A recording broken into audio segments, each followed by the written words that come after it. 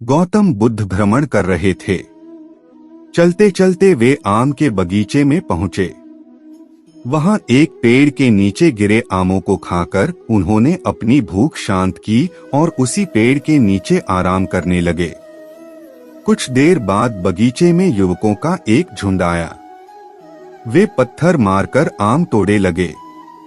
वे इस बात से पूरी तरह अनभिज्ञ थे कि उसी पेड़ के दूसरी ओर बुद्ध आराम कर रहे हैं। एक युवक ने जब आम तोड़ने के लिए पत्थर फेंका, लेकिन उसका निशाना चूक गया और वह पेड़ के दूसरी ओर आराम कर रहे बुद्ध के सिर पर जाकर लग गया। बुद्ध के सिर से खून बहने लगा। वे युवक तुरंत पेड़ की दूसरी ओर गए।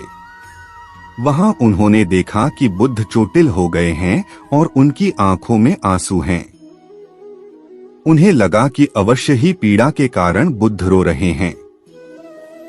वह युवक जिसने पत्थर फेंका था अपराध बोध से भर उठा और कहने लगा, भगवान, मेरी भूल के कारण आपको पीड़ा हुई, मुझे क्षमा कर दें।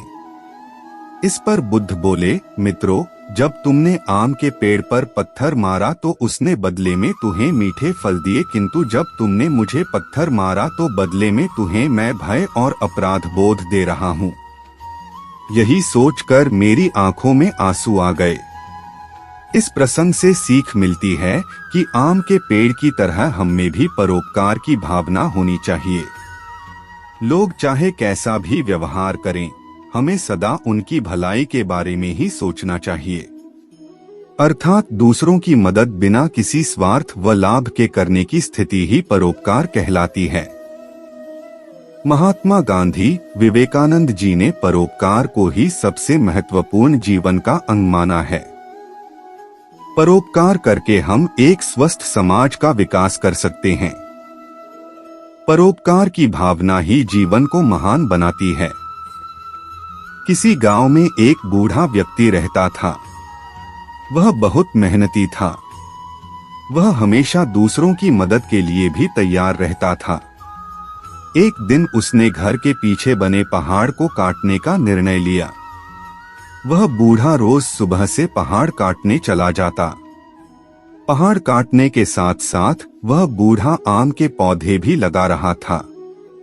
गांव के लोग यह सब देखकर उसकी हंसी उड़ाते थे, लेकिन बूढ़ा व्यक्ति कभी किसी की बात का बुरा नहीं मानता था। एक दिन उस गांव में बाहर से एक संत आए।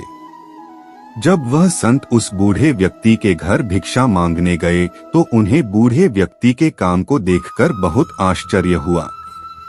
उन्होंने बूढ़े व्यक्ति से इसका कारण पूछा तो बूढ़े व्यक्ति ने बड़ी ही विनम्रता से जवाब दिया कि महाराज, मेरे घर के पीछे ये पहाड़ कई पीढ़ियों से हैं। यदि मैं इसे हटाने का प्रयास करता हूँ तो मेरी कोई न कोई पीढ़ी इसे पूरी तरह से हटा देगी। संत यह सुनकर बूढ़े व्यक्ति से बहुत प्रभावित हुआ। बूढ़े व्यक्ति ने आगे बताया कि यदि हम आज कोई फल खा रहे हैं तो यह हमारे पूर्वजों की देन है। ये हमारे ऊपर उनका उपकार है।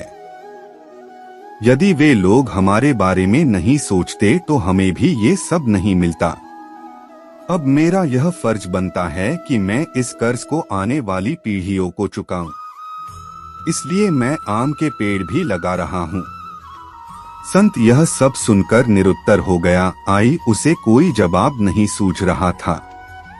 उसने उस बूढ़े व्यक्ति को धन्यवाद दिया और कहा कि यदि सभी व्यक्ति इस प्रकार की सोच रखे तो इस दुनिया में कभी कोई दुख नहीं रहे।